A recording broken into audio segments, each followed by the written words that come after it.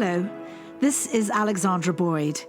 2024 sees the release of my independent documentary, Ship of Dreams, Titanic Movie Diaries. On June 17th, it will screen in cities across Canada, and I'll be at the screening in Vancouver, BC for a Q&A. Book your tickets before June the 6th to ensure your screening goes ahead. Ticket links are on our website, shipofdreamsfilm.com. Be sure to subscribe there for the announcements for special event screenings in Australia, New Zealand, the United Kingdom and Ireland. Secure your ticket now for a peek behind the scenes of James Cameron's Titanic.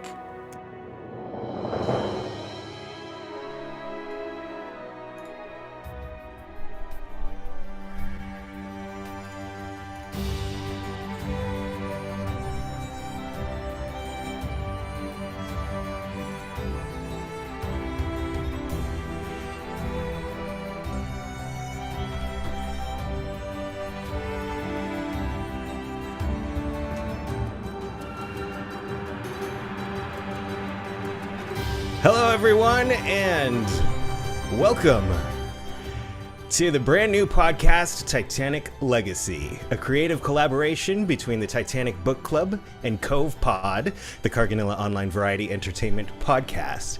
This new show will explore Titanic's lasting impact with conversations with creators, authors, artists, historians, filmmakers, experts, and more who continue to produce creative work inspired by the Ship of Dreams. Thank you all for tuning in at home, driving to work, doing chores, working out, however you're listening. We appreciate you welcoming us into your lives for the next half hour or so as we talk about Titanic and her long-lasting creative inspiration and impact. This is Titanic Legacy, the podcast. I'm your host, Paul Carganilla, and today's guest is a prime example, the epitome, really, of a person who is making art, creating work inspired by the Ship of Dreams, and inspiring others as well. Her name is Alexandra Boyd. She is an actress, director, screenwriter, and producer.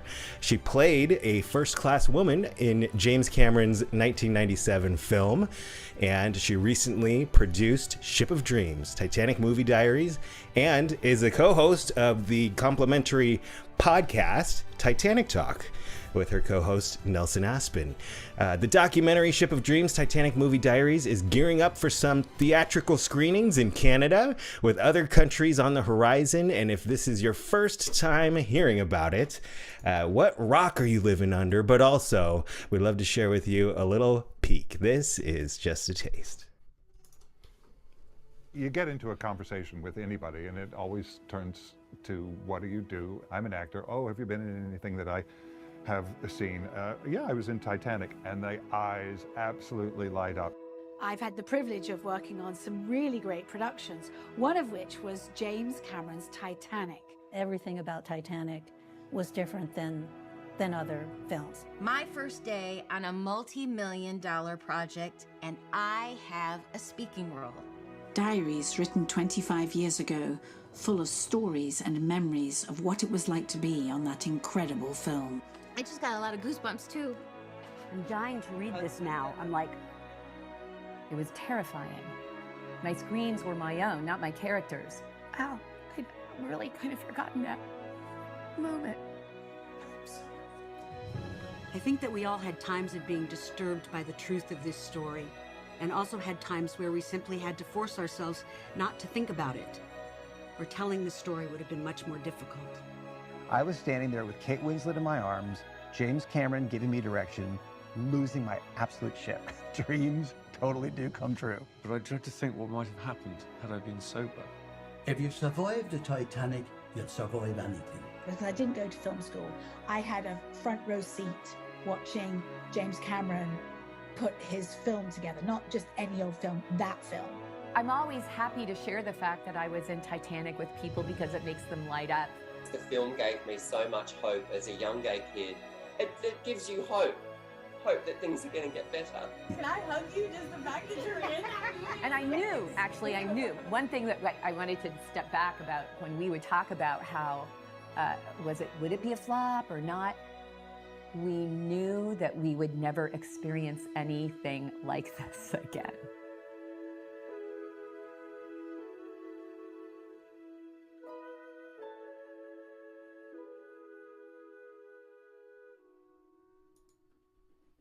That's just a little taste. And of course, as I mentioned at the top here, we have the filmmaker, the producer, director herself with us.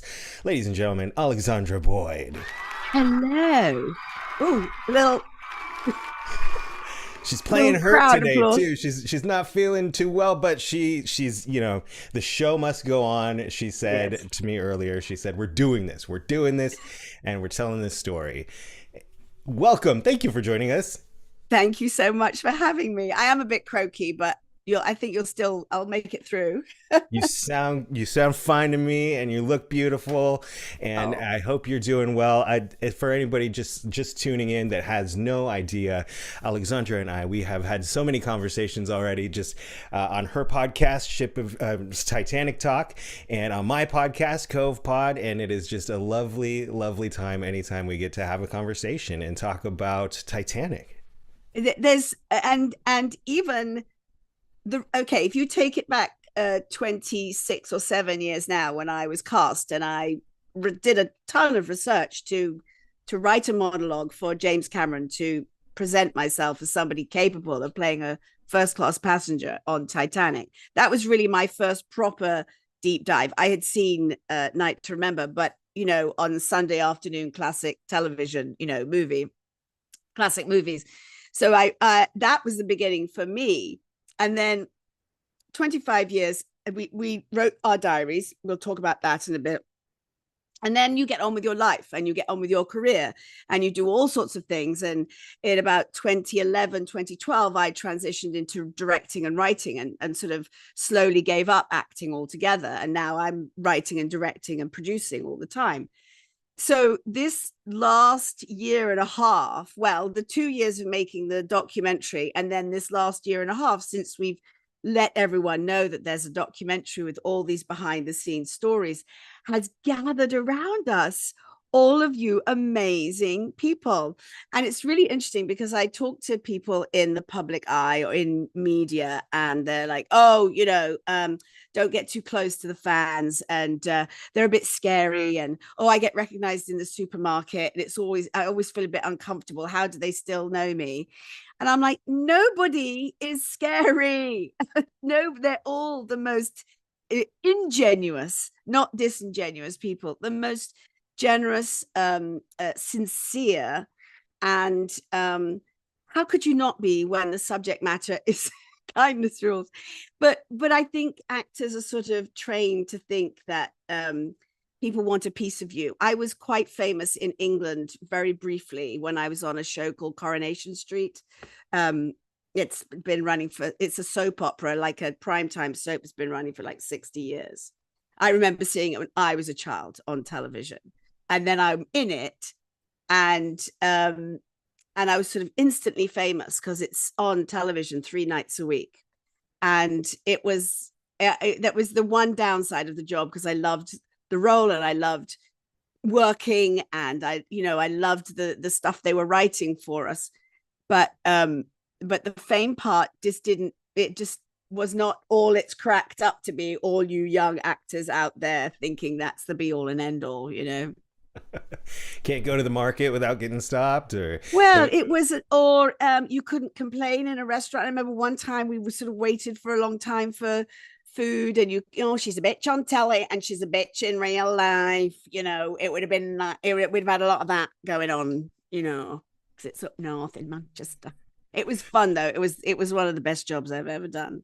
That sounds awesome. Jobs. And you had quite a great career in acting before you transitioned to other things, and you were in Mr. Holland's Opus, of course, and of course Titanic. You mentioned briefly the audition process for Titanic. Can you touch more on that? You had to do research to audition for a role? Yeah, because there were no lines. It was for the Countess of Roths, and she had no written lines. And I went in to see Mally Finn, and she said, come back in a week and either bring another actor with you and improvise a tea party scene or just write a monologue. I don't mind. Just put yourself in the place. And now we know, talking to Emily Schweber, who was her associate at the time, that was very common for Mally to get people, yes, you've got 2 lines or 5 lines. How are you, she would improvise either end of the scene to get you to really feel something, which was, it's excellent, and it's such a treat. So I went away and I went to Nelson. No, I didn't go to Nelson. I didn't know Nelson had this fascination with Titanic. I mentioned it at a party in his garden. I remember distinctly going, yeah, and I've got an audition for James Cameron for Titanic, and and it's for the Countess of Ross. He went, the Countess of Ross, who steered the tiller of lifeboat number 8 or 9 or whatever it was. I can't even remember now. But he knew, he knows. We'll call him up now and ask him. Excuse me. And he had a shelf full of videos and books and a piece of coal exhumed from the wreck and all sorts of stuff. So I just scooped that up and spent a weekend. And I hadn't really written anything. I was not a writer then by any stretch of the imagination. So a writer friend helped me, and a director friend watched me do the monologue. And I went in and they put me on tape, and I was in tears at the end. Mally Finn was in tears at the end, and that was it. And then I was at a party, and I heard through another actress that the part had gone. It had been cast. And I was really fed up. Like, there are many jobs that you go, you audition, Paul. They say, do your audition and forget about it. That's the best you can do. But some roles you just have to, you can't forget about. It's the absolute best you can do. And most of the time it's, 2 sides if you're lucky. This was no sides, it was my own sides. But I had really immersed myself, and I really got excited about the idea of, and of course I had no idea what I was in for. I just thought it would be a great project because it's such a great story. Sure. No script or anything, just and also another caveat, you'll love this as an actor. I had no agent at the time. My friend was working in a manager's office, and he was the one that called me and said they're looking for British actors. And he kind of said, I could lose my job, but I'll put you up for it. And I kept calling, Anyway, I did the rounds. I was doing rounds of agents, and I said, I'm going up for Titanic. It's this part. And this agent pulled the breakdown. He went, the part has no lines. Why would you want to do a job like that? Again, no one knew. Anyway, what it was James Cameron was looking for people who could look, appear, and sound and bear themselves, have the bearing of somebody from 1912. And back in the day, I did have a very vintage look. Can you hear my pug snoring? Willie, he's snoring down there. Can't hear him. You can't hear him? Oh, he's having a good dream, I'm sure. So that part had gone, but then 3 weeks goes by, I get a phone call, I get a page, I'm catering, and I get a page. And they had called to say, you have 4 guaranteed days because Jim saw your tape and said, get her another job, get her another part. We've got plenty of parts. He wanted to fill the ship. He wanted to make a small city out of that ship. And although, of course, it never really worked out like that because there was so much they filmed that they couldn't use. They'd have had a 6-hour movie. Right. He wanted to recur people. He wanted to see people here and then see them getting into the boats, and like not just Jack and Rose and Ruth and Molly and all those people. He wanted a sort of pyramid of characters, which he has, but he just had more than he used. Well, and it's brilliant too, because if anybody's been on a cruise, that's what happens. Like if you're on a cruise for 3 or 4 days longer, you see the same people over and over at this, doing the same, doing stuff around the ship. And it's always been, before I knew any of you, and shout out to Judy Preston-Incy, who's in the live chat saying hello. I was always amazed by the work of the background actors, because when I was trying to get my SAG card, I did a whole lot of background acting, and obviously having watched the movie so many times in my life, my wife Jamie and I, we just were like, the actors or the background actors in Titanic are so good.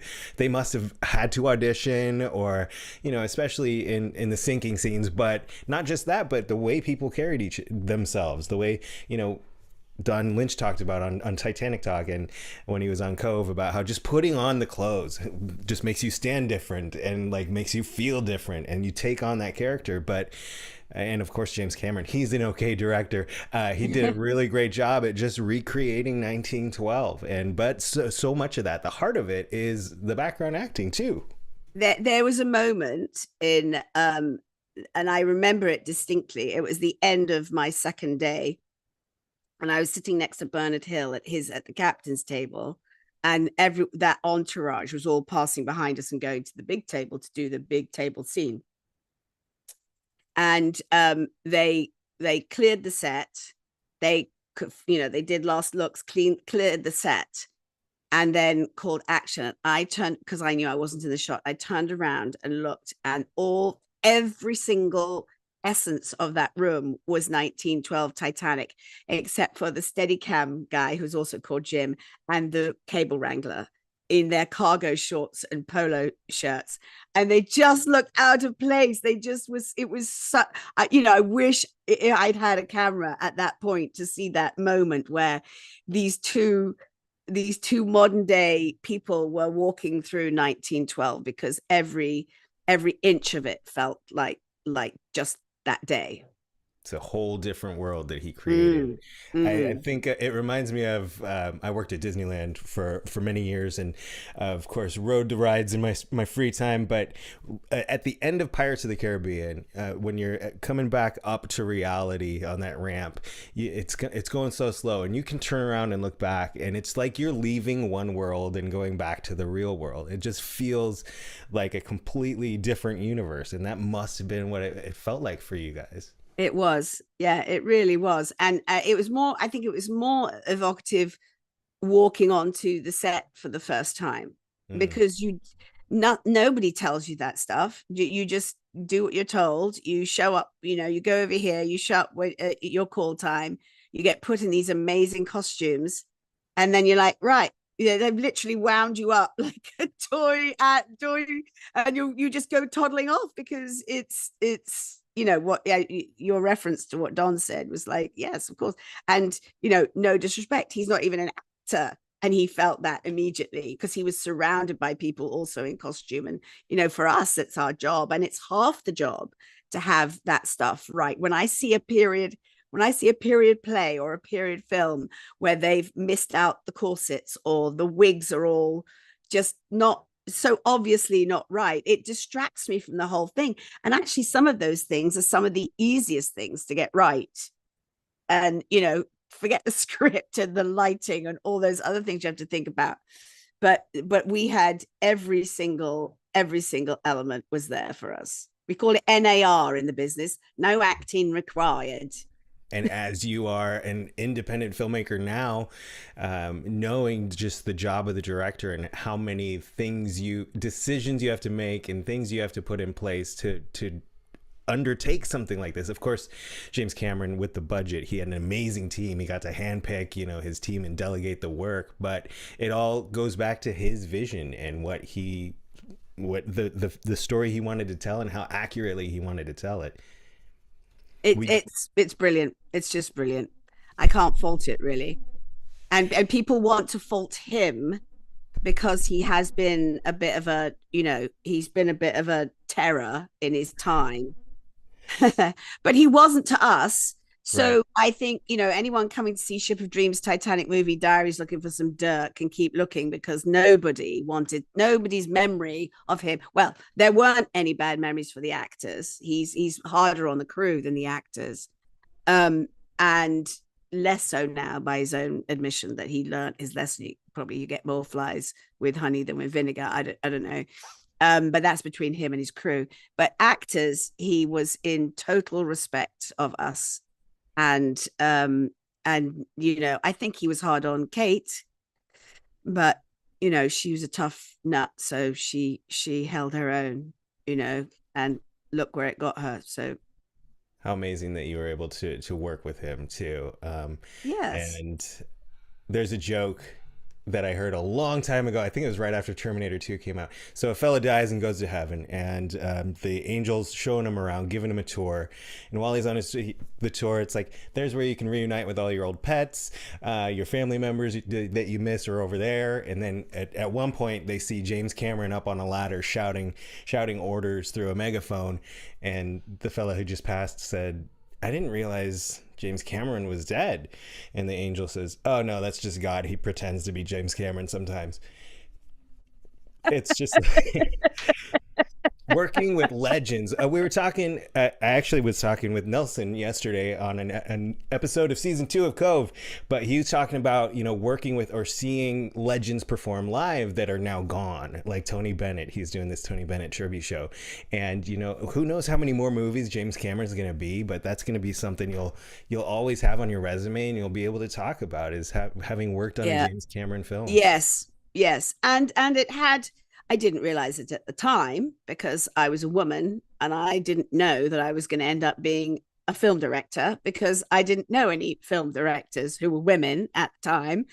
But I look back and I see that even though I didn't sit in a classroom with a pencil and paper taking down notes, to have that experience, that front row seat of how a huge movie like that is made, it is invaluable experience, invaluable. I mean, I seriously thought in about 2011 whether I should go to film school. Like, what do I know about cameras and lighting and this and that and the other?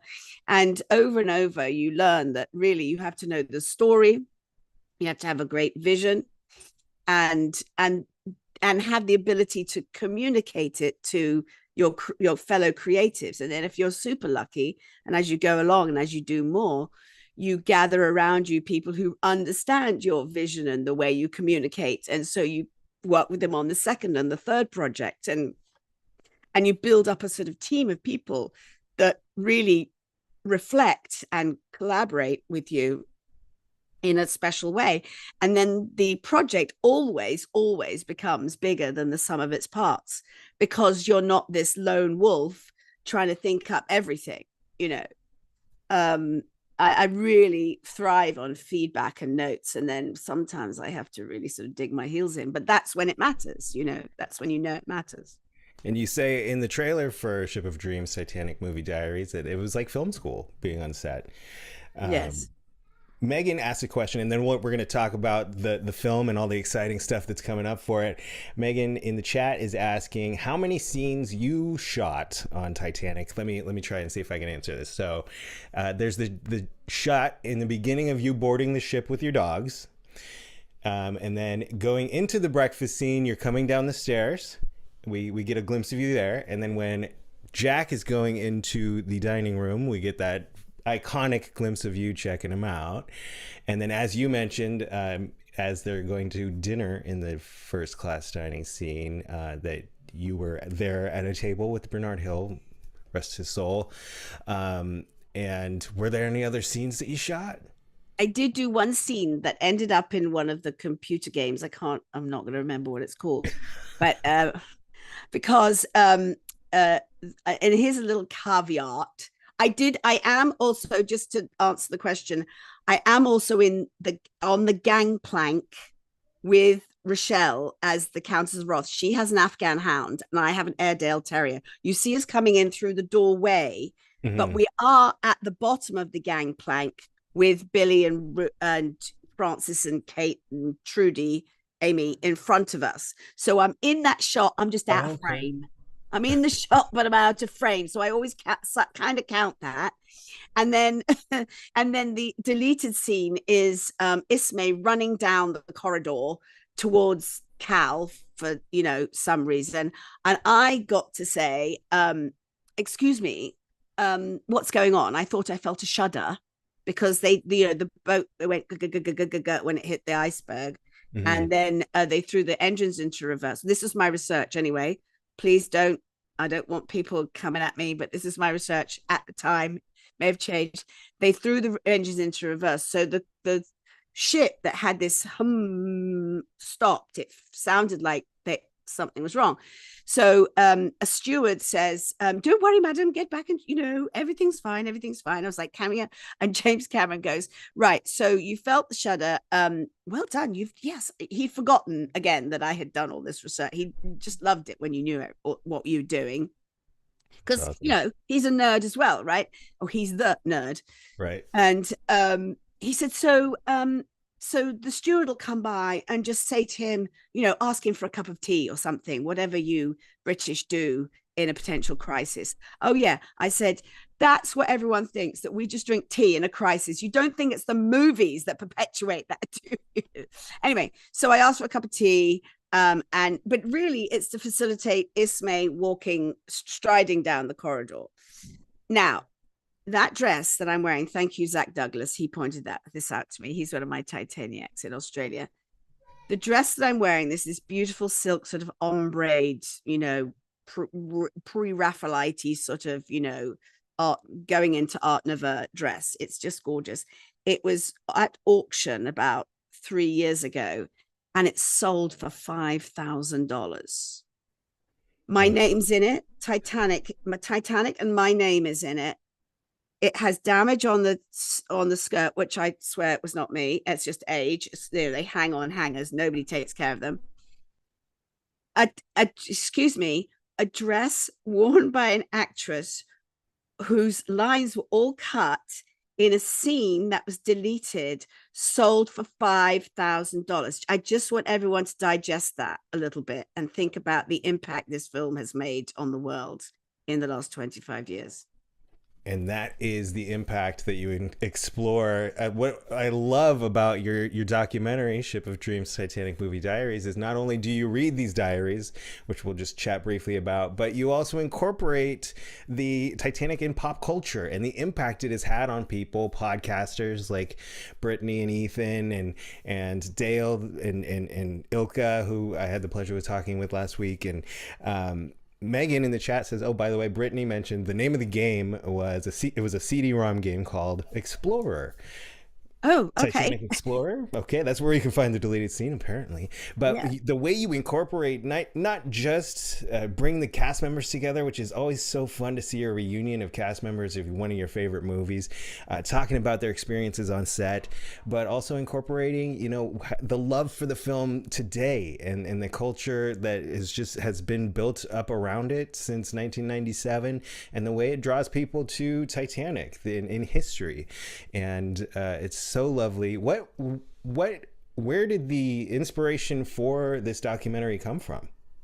Well, it was the 25-year anniversary and the diaries. It was a combination of those, because we had tried to get them published back in 1998 when there was no internet, no self-publishing. You had to convince a publisher.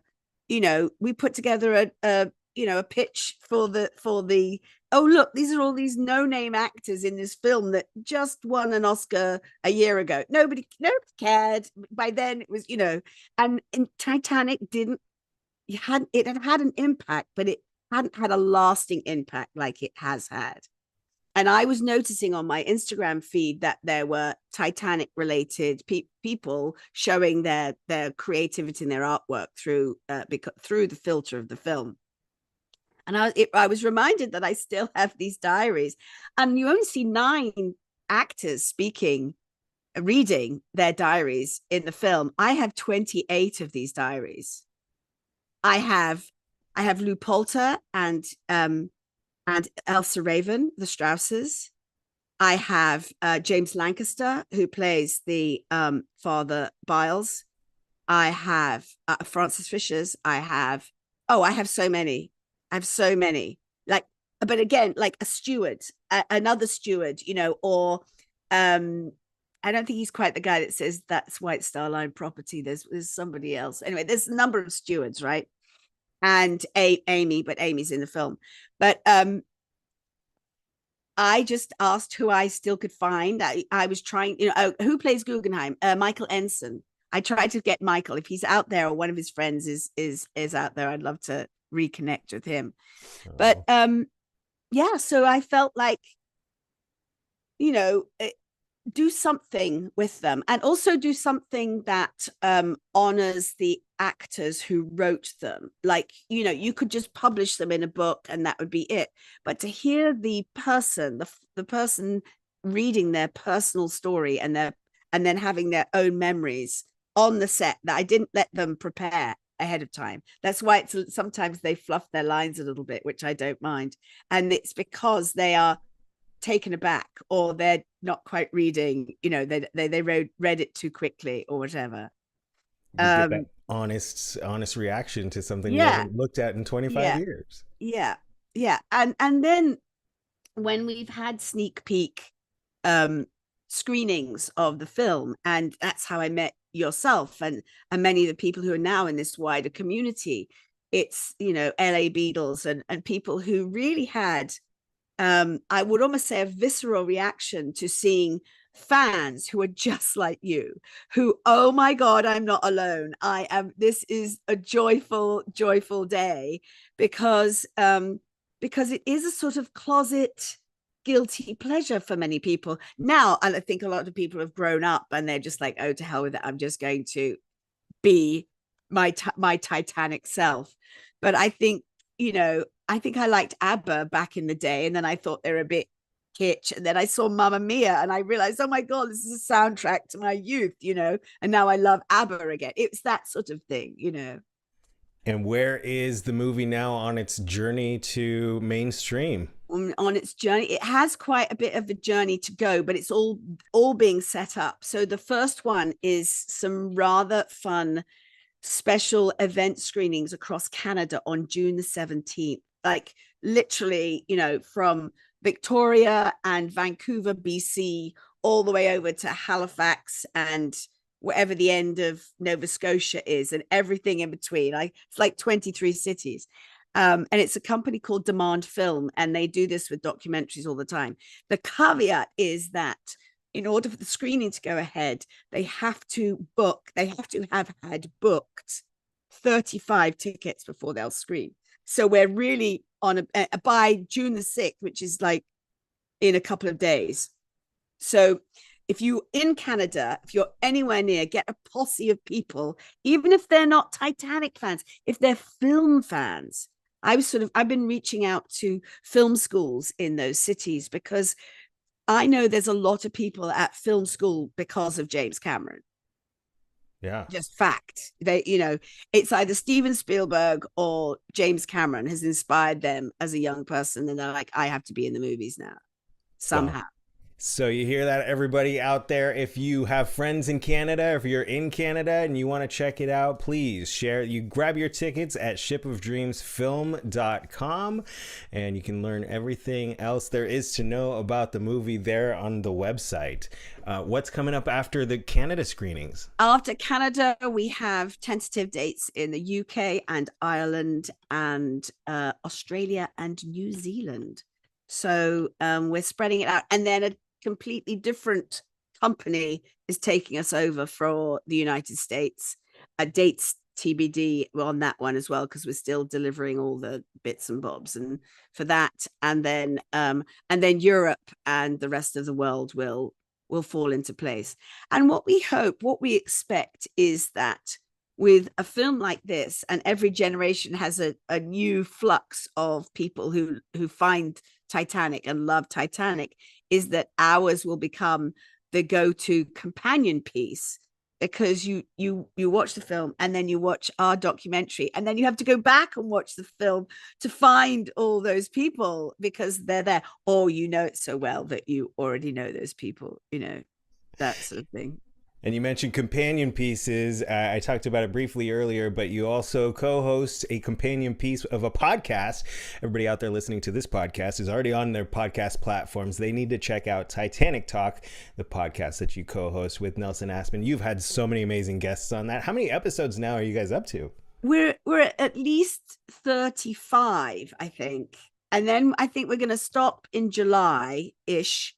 And then we have to sort of regroup and see if we can come up with we didn't know we were going to have season 1. We thought we'd have about 10 people, and then we had 24 episodes. You know what it's like. You build it, and they will come, they will find you, or you will find them, And we're looking for really unusual angles of